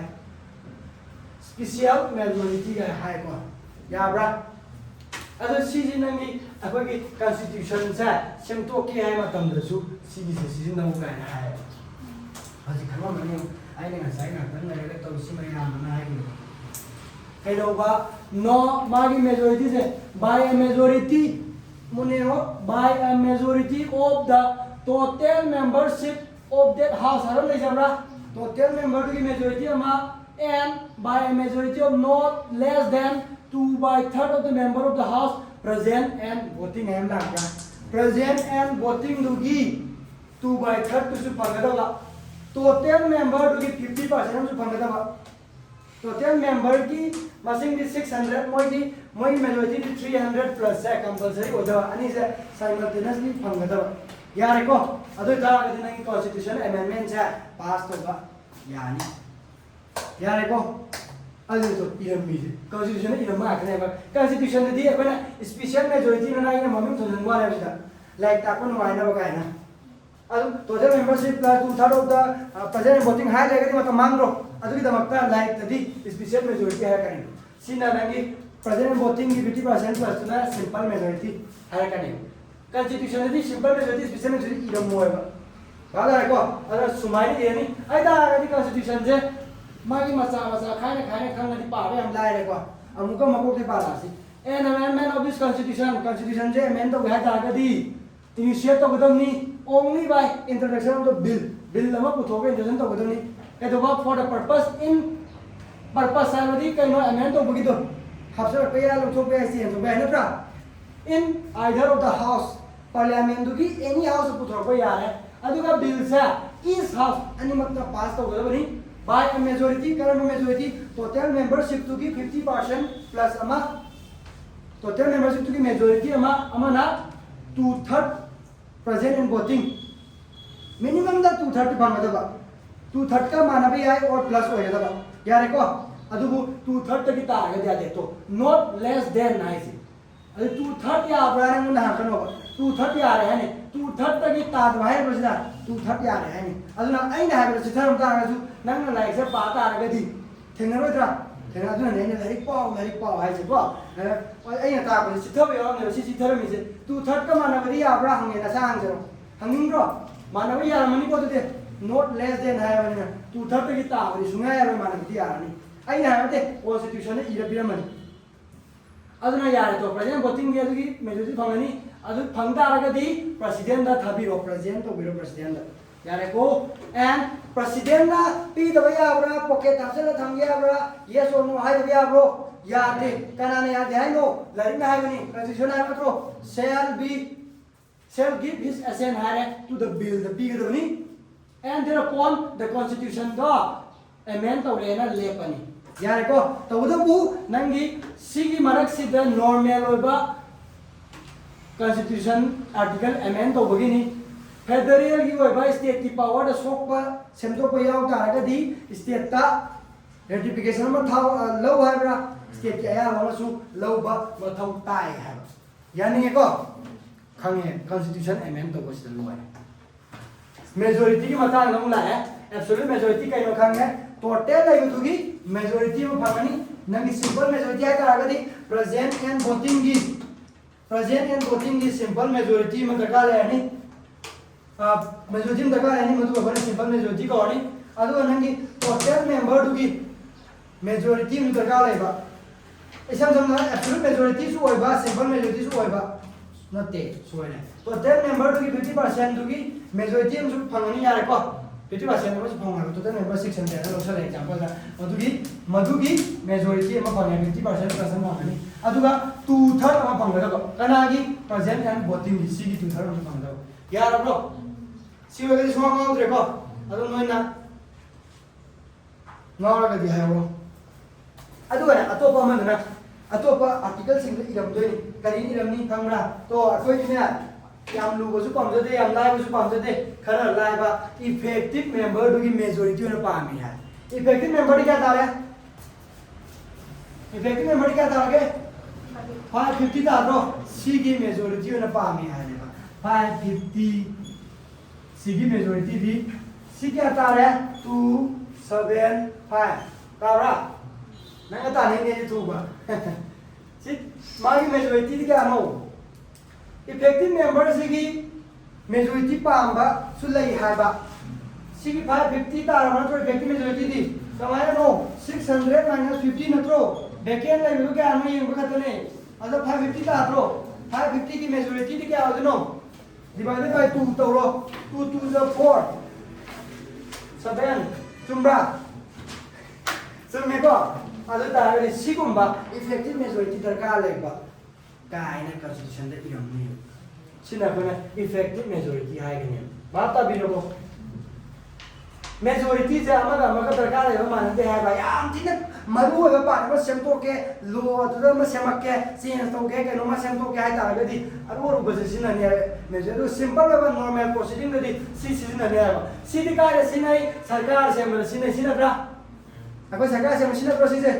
अभी सिंपल एब्सोल्यूट मेजॉरिटी है टोटल दुगी 50% as normal proceeding आया मतलब सीसी ने दोने बस सिंपल मेजॉरिटी है खरा लूबा खरा स्पेशल बा फंडामेंटल राइट की मतांगा डीपीएसपी की मतांगा के नोमा सेमदो के सादो के रोम सेम गाय तार गदि नंगी स्पेशल बा रूबा हम तिनो लूबा जा सिना कने अदु नंगी ngसागी सिबो खांगे ब्रा इफेक्टिव मेजॉरिटी खांगे को यारे को मसीजे मतुंगिना सिनादने पार्लियामेंट ना को मोने तो थबक तो कइनो कॉन्स्टिट्यूशन दा करी थबक करम मेजॉरिटी सिनावने इरमी को अदुई मतुंगिना होजि इरमी दो आर्टिकल 368 दा सिगो मेजॉरिटी म सिनावने इरमद्रो अदुना सिसिंग सिनावम जो अतै तै सिनावम जो मसे लो इरमने यारे को अदुई तारगदि नंगी प्रेसिडेंट लौथोपगी दमक्ता करम्बा मेजॉरिटी सिनादनो पार्लियामेंट प्रेसिडेंट से इम्पीच तौबगी दमक्ता लौथोपगी दमक्ता करम्बा मेजॉरिटी न सिनादनो यंजिगो मैम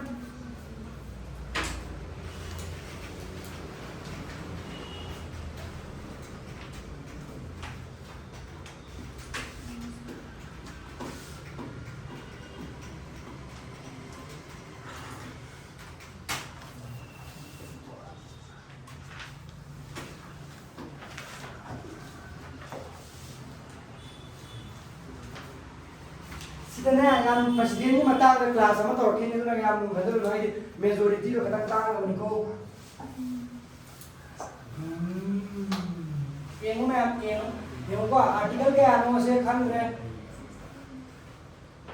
आर्टिकल के आनो मैम खन प्रो प्रेसिडेंट तो पे से कमाई खाने में नहीं हाँ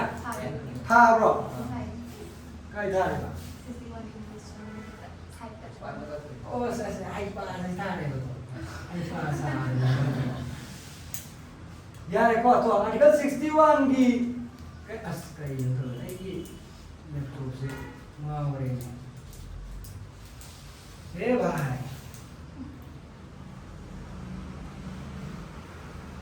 तो आर्टिकल 61 क्लोज टू बी सब क्लोज बी दा कई है ना तो प्रेसिडेंट ऑफ थोप की रिजोल्यूशन में लोग दुनिया को बढ़िया मेरा मतलब लेके पार हो जाए बाबा आर्टिकल 61 है में जो तो such resolution has to be passed by a majority of not less than 2/3 of the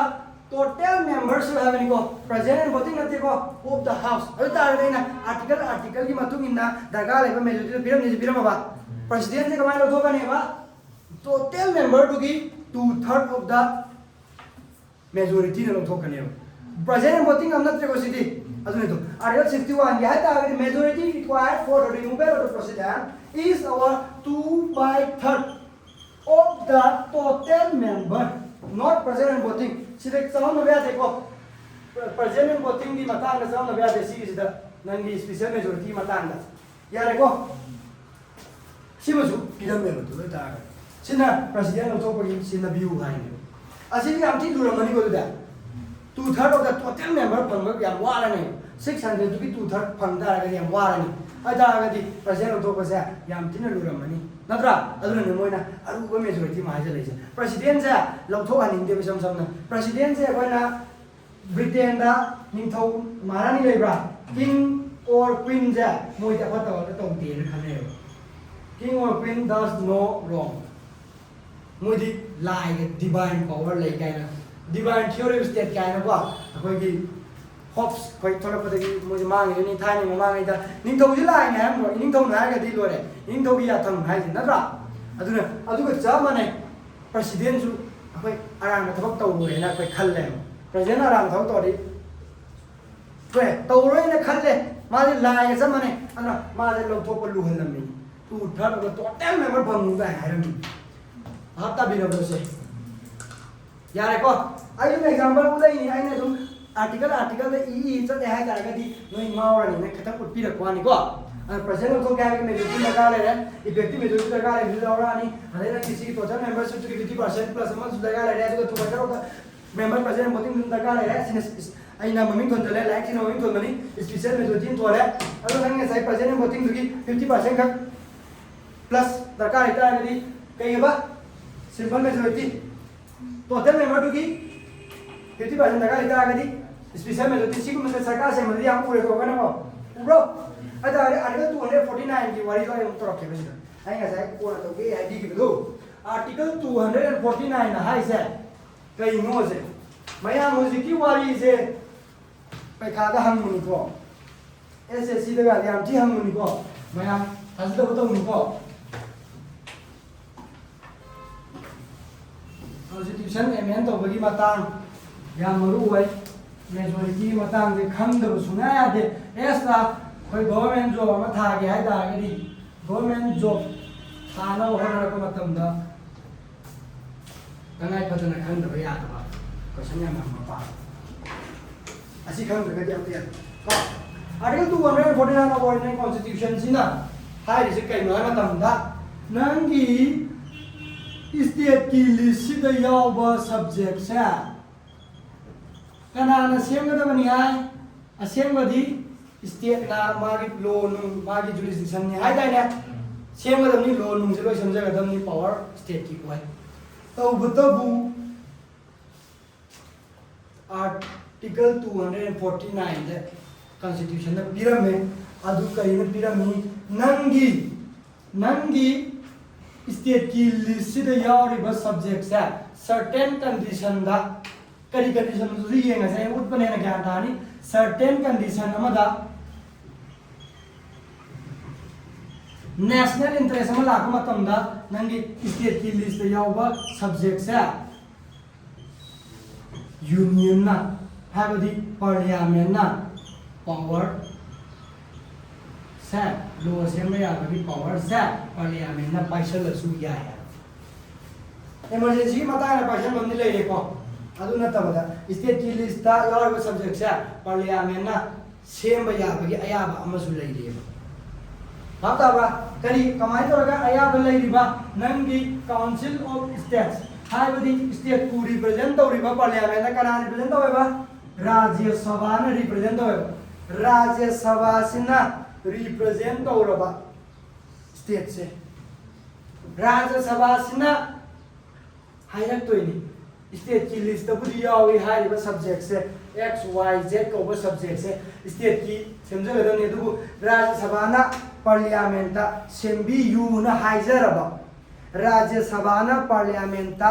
state की लिस्ट यावजर है सु या मरु अब पोर अमा ओइरे अदुना नैना अखोइना राज्यसभा लोकसभा दा सिगी मतांग दा लो सेंबी यू ना हाइर राज्यसभा ना अदारी सेम बयाय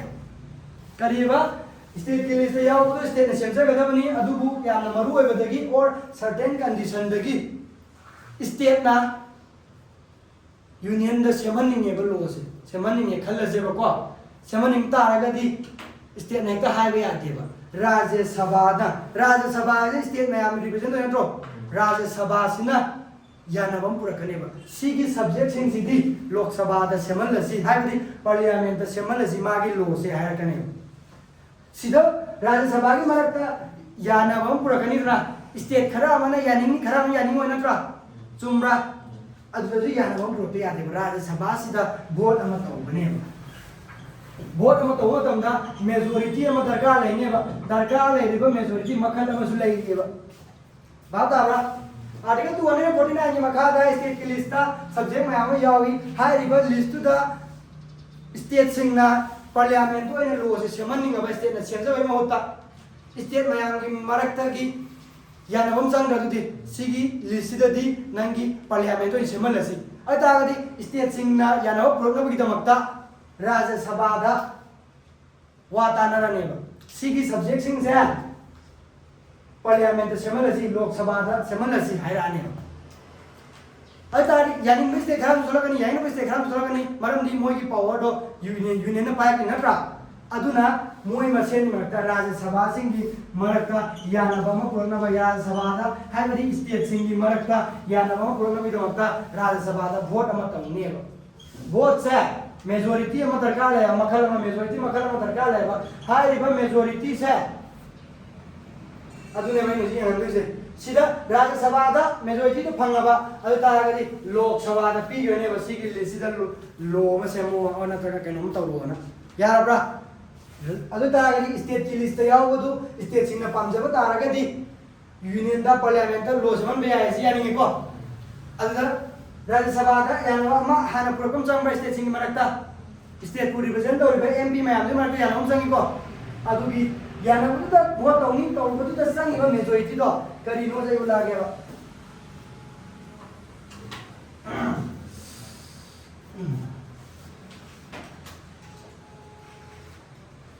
आइडल 249 को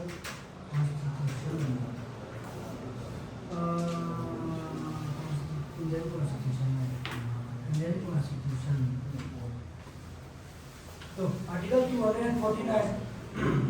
of the Indian Constitution. तो सीधे तो द आइडियोलॉजी हाई के बाद एक्सप्लेनेशन तो निमान से तो रेव एक्सप्लेनेशन से कोन लाक्सी अखोय नो जी येंदु से करी नेबा अखोय येंदु से कइनो मेजॉरिटी मकन दुनी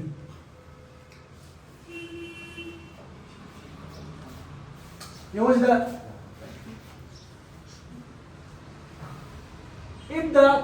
if the Council of State has declared, Council of State Rajya Sabha ni ko मान declare तो by a resolution supported by not less than 2/3 of the member present and voting that is necessary for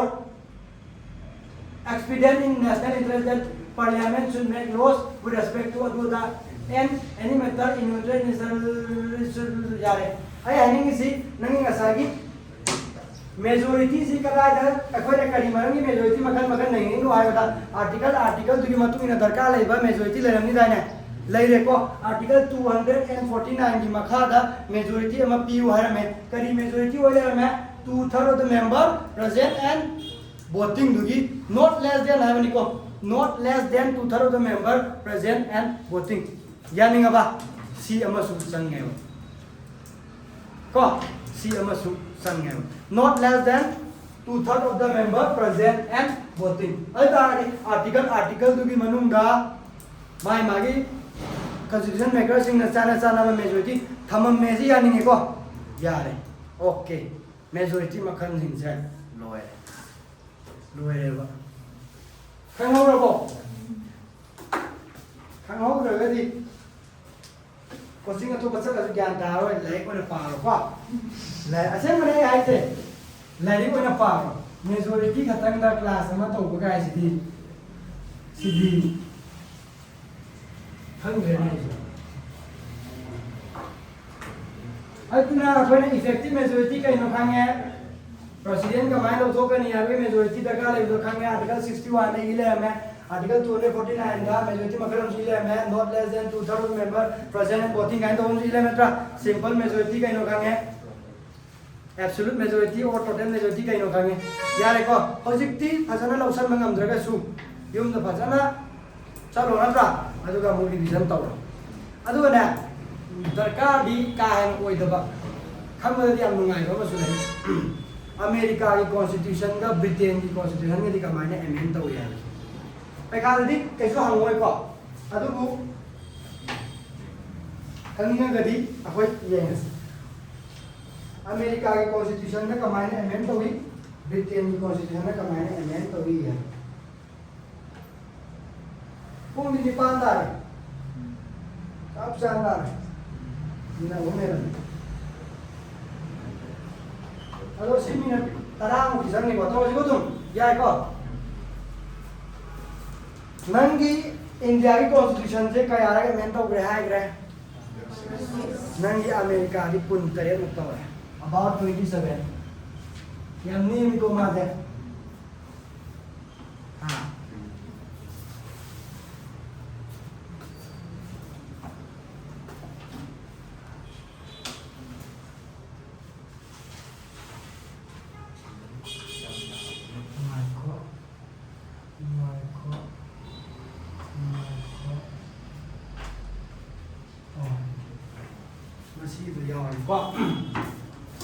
यार कैसे गाइडे नंगिंग psyche India का America की मतांगा constitution अमा amend तो गया है तारगती अमेरिकन कॉन्स्टिट्यूशन की अमेंडमेंट प्रोसीजर से कमाई तो गई सी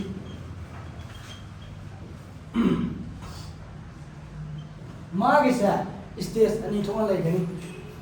टू स्टेज तो होनी प्रपोजल तो बाहर में रेटिफिकेशन तो बाहर में रेटिफिकेशन है वाली अप्रूवल लो बाहर में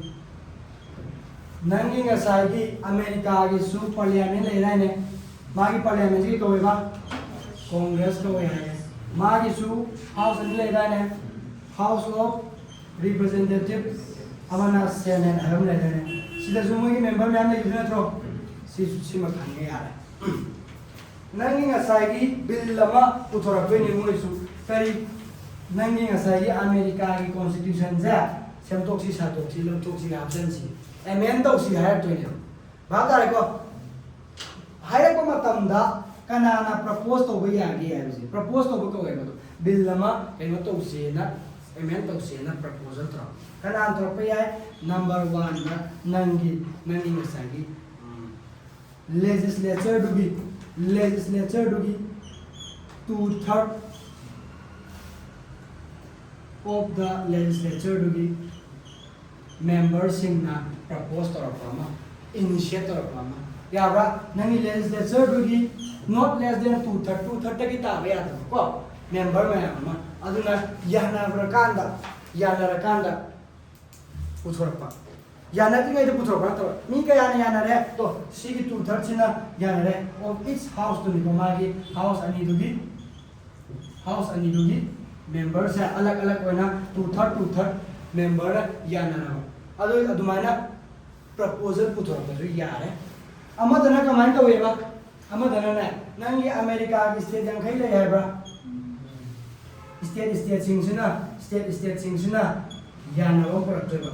स्टेट सिंगसिना ये मेजॉरिटी स्टेट यानबम परानी स्टेट सिंगने यानबम परानी कमाई यानदोबा नंगी 2/3 of the state tuna 2/3 of the state tuna यानबम परे अदुगा अकोई constitution से स्टेट तगी हौरप याय दो ने बसिदा स्टेट तगी अखोई गसाई स्टेट तगी हौरबि याबा इंडिया की मतंगदा यादे अदुबु अमेरिकन कॉन्स्टिट्यूशन से अमेन तो गया तारगदी इनिशिएशन से प्रपोजल पिरा पसे स्टेट तगी पिरा असु याय कमानी यार स्टेट सिंगना हाइले तो नंगी स्टेट के याना दोबा स्टेट तरा ने यारगदी याबरा नते state 2/3 of the state 2/3 into 50 क्या तारे क्या तारगे एक कम डिपॉजिट 30 ओ यार 33 में यार से सिने याना तारगदी नंगी करीनो कॉन्स्टिट्यूशन से सेम न बगिदमक्ता अकोई खन्ना नहीं ने बाहौरगे हाइदुने करी सेम देबा 2/3 of the state सिने ना नंगी पार्लियामेंट मागी कांग्रेस दा हाइरनी कई हाइदुबा नेशनल कन्वेंशन अमते कोबियु नेशनल कन्वेंशन अमते कोबियु हाइनी कन्वेंशन नेशनल कन्वेंशन नि कइनो नंगी स्टेट सिंगसिना यानरबा मतुंगा 2/3 of the state सिना यानरबा मतुंगा नेशनल कन्वेंशन अमता पुबिरउना नंगी कांग्रेस ता हाइबदि नंगी पार्लियामेंट दा हाइरे अमेरिका की यारे को अदुगा नेशनल कन्वेंशन सिदि कदुबा नेशनल कन्वेंशन सिदा नंगी ngसागी स्टेट तगी मी खरा थारकनी कया मसिंगनो दग मतम दि मतुइना मोइन दुम लेप्सरकनी अकोने खोंग मतम ताते मी खरा थारकनी अदुगा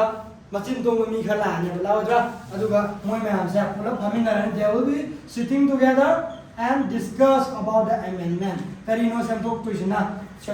कइनो करी हाचनो कइ लथोक कइनो खना नैनरनी डिस्कशन डिबेट तोंगरनी बात आरे को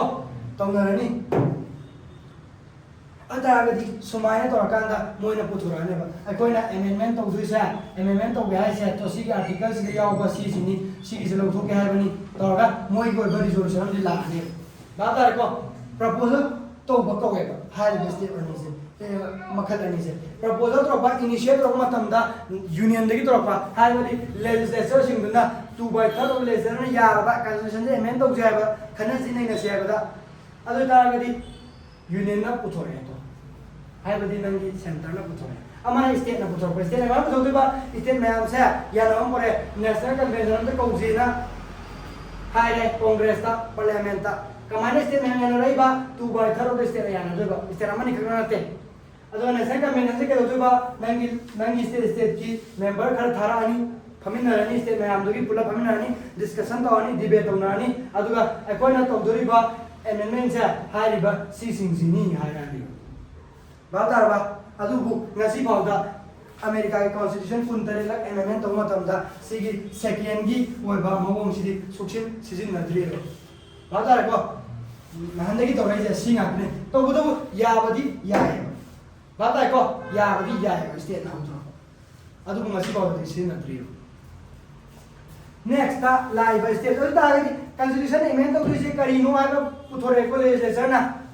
अदगी स्टेट की नंगी ngसाई नेशनल कन्वेंशन तुदगी पुथोरे को अमेंड तौजाय सी जिनी गाना को पुथोरे आई तागदी कनाना कॉन्स्टिट्यूशन से अमेंड तौरे तो देले तोइनो नंगी रेट सिगी एनी नंगी सिगी प्रोसेस सिना पुथोरे यार तो अकोना अमेंड तौदुइसे सी जिनी ले बात आ रे को अदु इतारगदी नंगी रेक्टिफिकेशन तौदुदी नंगी ngसाई सिगी अनि सिगी मनुंदा अमा हे पुथोक्तरक या पुथोरे लैरे अकोइ उरुबे यादे कमाय पुथोरे नो का सिने पुथोरका काय पुदरे ओतो लैरे अदा अयाबा एमेन तौरे से कमाय लेतोइ नंगी ngसाई या नामदा स्टेट की जो होइना स्टेट सिंगी कॉन्स्टिट्यूशन से अमेंड होने बगी दमता मोगिसु रिफॉर्म हमने कन्वेंशन स्टेट की अमेंडमेंट कन्वेंशन स्टेट की वैना स्टेट की each state की होना मोई की convention ना मज़ू फंक्शन ही convention ना मज़ू फंक्शन ही अभी था नंगी नसाई state बुझी लाइ पोचे सियान हाय के कोई मावर तो यार सियान हाय रहे आई नंबर 1 दा नंगी स्टेट की सु मोई की कोई के मणिपुर की एमएलए मैम ले बदोंगा मोई की सु स्टेट की लेजिस्लेचर मैम जी ले यानिंब्रा यानी मोई की सु स्टेट की लेजिस्लेचर मैम ले स्टेट की लेजिस्लेचर मैम मन ले हाय रिवा स्टेट की लेजिस्लेचर मैम से स्टेट यान कई ले बगी मनुंगा स्टेट 3/4 अमना याना ये होने हुई बाई से